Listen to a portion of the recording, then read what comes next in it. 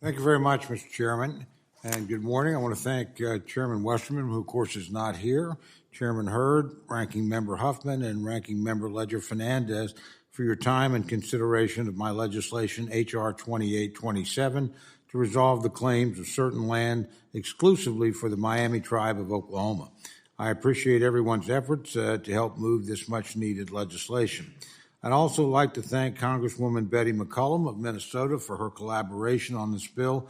It's truly a bipartisan effort. As a proud member of the Chickasaw Nation of Oklahoma and the longest-serving Native American history of the House, I've been focused on tribal issues arguably longer than most members holding office in this chamber, and I remain resolute in my commitment to ensure these issues are heard. This commitment brings me here today to advocate for the Miami Tribe of Oklahoma. In 1805, the Miami Tribe, the Eel River Band, and the WIA signed the Treaty of Grouseland, which under Article 4 reserved all lands within the Wabash River watershed and land located west of the Wabash River, which is in present-day Illinois. Only this treaty and these tribes are the subject of my legislation. Specifically, in Article 4 of this treaty, the United States acknowledged ownership of this land and agreed not to purchase any part without consent of each of the aforementioned tribes. This key part of the treaty is why Congress has the sole authority, at the request of these tribes, to extinguish any claims to the land.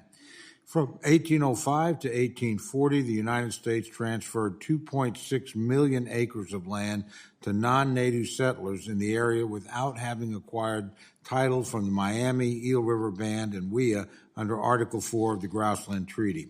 As a result, title to that land is still held by the Miami Tribe's superior claim to title, and the tribe never consented to that land being purchased. This cloud on the title has caused difficulties for landowners and farmers in Illinois to conduct certain operation or sales of this land. Since the Indian Claims Commission's adjournment in 1978, pending dockets have been transferred to the United States Court of Federal Claims to handle cases on unresolved Indian land claims. However, Congress is the only entity that can authorize the Court of Federal Claims to hear, determine, and render judgment on a tribe's claim. My legislation does just that. H.R. 2827 authorizes the Miami Tribe's authority to bring their claim forward and relinquishes all claims to the land.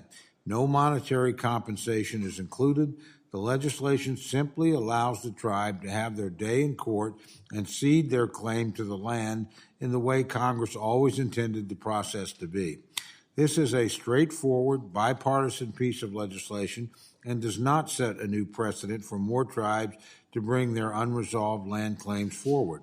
That precedent has already been set in previous pieces of legislation passed by Congress after the adjournment of the Indian Claims Commission. Thank you again for everyone's time and consideration for holding this important hearing today. I urge the support of H.R. 2827 and for its continued progression through the legislative process. With that, Mr. Chairman, thank you, and I yield back. The gentleman yields. At this time, the chair recognizes the gentlewoman from New Mexico, Ms. Stansbury, for 5 minutes to speak on her legislation, H.R. 6162. Ms. Stansbury.